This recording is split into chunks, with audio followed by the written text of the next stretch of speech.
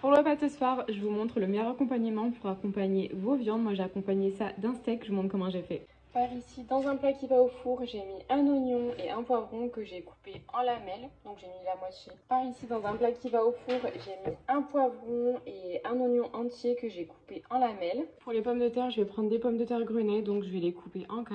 On met la quantité de pommes de terre voulue, ensuite on met de l'huile d'olive. Si vous n'avez pas l'huile d'olive, vous pouvez mettre l'huile de votre choix, j'en mets un petit peu partout. Ensuite, on va venir mettre un petit peu d'eau pour que les pommes de terre soient bien fondantes. Et pareil pour les poivrons et les oignons.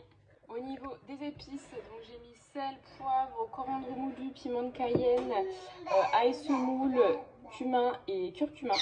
Pour le steak, donc dans du beurre, je suis en train de faire revenir persil et ail frais. Ensuite, je rajoute les 2 steaks que je vais laisser cuire tranquillement. Je suis en train de préparer les assiettes et d'habitude, pour accompagner les pommes de terre, je fais une petite sauce maison. Là, j'avais tellement envie de manger cette mayonnaise ail des ours. Ça s'achète un petit peu partout, à Auchan, Carrefour, tout ça. Moi, je l'ai acheté sur Picnic, là où je fais mes courses, et franchement, c'est juste une dinguerie. Du coup, j'avais envie de la manger ce soir avec le steak et les pommes de terre. J'ai laissé les pommes de terre au four pendant à peu près 45 minutes à 200 degrés. J'ai mélangé plusieurs fois pendant la cuisson pour que tout soit bien homogène. Et voilà ce que ça donne une fois terminé. Franchement, ce plat, c'est juste une tuerie et c'est hyper simple à faire. Et bien évidemment, vérifier la cuisson des pommes de terre.